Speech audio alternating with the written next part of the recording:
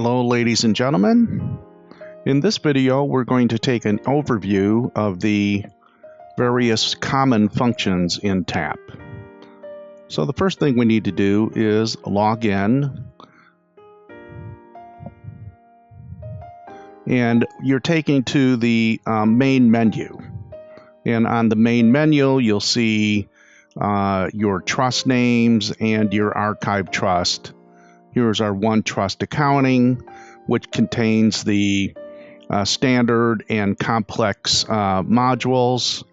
The complex module being the module that will divide between income and principal per your entries, and the standard module doesn't do that for smaller trust or revocable trusts where that type of accounting is not required. Also, the standard module, One Trust accounting, is the module that you use for a probate accounting. Here below that, we have the California GC accountings, and you have the simplified and standard modules there. Up on the top, you have information related to your account. Okay, and you can log out here. Okay, and then come back in. Down on the right side, you have a list of all the recent accountings that you've worked on, and you can open an accounting just by selecting off of that list. Okay, so what we want to do here, and this works the same way in the GC accountings, is to create a new trust accounting. So we're going to start that to open, and we have a decision immediately as to whether you're going to use the standard accounting or the complex accounting. We're going to come back and talk about that in more detail in a different video. Right now, I just want to show you how to get started. Okay, so this is going to be Smith Trust, and you can put in the date. For our purposes, any date.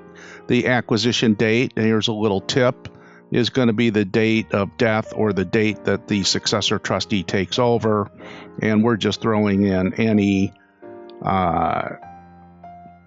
period here for the accounting period.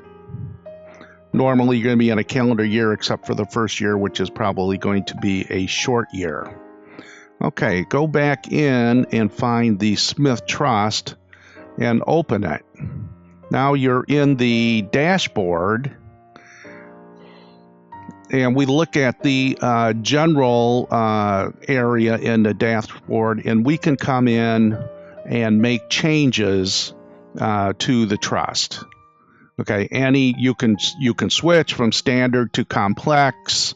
You can change the name of the trust. So we're going to change this to Mary Smith Trust. You can change the accounting dates. Also, this is where you would add an additional account period. So this is 2018, and next year in 2019, you can come in here and add the 2019 accounting period. The significance of doing that is that all of the ending inventory items that remain checked, and we'll be going through all of these different screens in more detail in later videos, but all of the ending inventory items that are existing on the final date, the last day of the accounting period, will be imported into the new account period. Here are our legal notices. So this is our general 3-year notice. Okay, and this is our 16461 notice, which limits us to no greater than 180 days. Here are your general and your 16451 notice. The general notice being the 3-year notice, and the 16461 notice can be no less than 180 days. Okay, so let's update our trust. Now if we go back into, we can see up here on the top which trust we have open and the accounting number. Okay, if we go back to the Mary's trust name, you'll see that that has been changed to Mary Smith. And that also, when we open that again, changes it up on the top to Mary Smith. And if we look over on the side, this is the trust that we're working on, and the accounting standard type, and the account period showing on the right-hand side. Okay, what else do we have? Coming down to the fiduciary area, this is where you enter the name of the fiduciary, select add, and enter the information. Select the name of the settlor and add the information. And then when we look down into the beginning inventory, this is what the trust owns on the beginning date. All other assets, if you receive other assets, do not end up in the beginning inventory if you've received them after the beginning date. Okay, the cash account. Let's open up a bank account. We have Bank 1, account number 111, checking, and 5,000. And we hit the return key, or you could use the cursor to select to save. Okay, you'll see we have cash accounts and certificates of deposits are separated from the more hard assets. But the same thing on CDs, you just open it up, enter the information, and likewise on the other hard assets, when you have partnership assets and you open up an add, first thing is what percentage of the partnership do you own? So if you are a 50% partner, you would put in 50% there. Smith Limited Partnership. And we have that, and this will carry through the program. All right. That's basically it on how you enter information and the different features, general features of the program.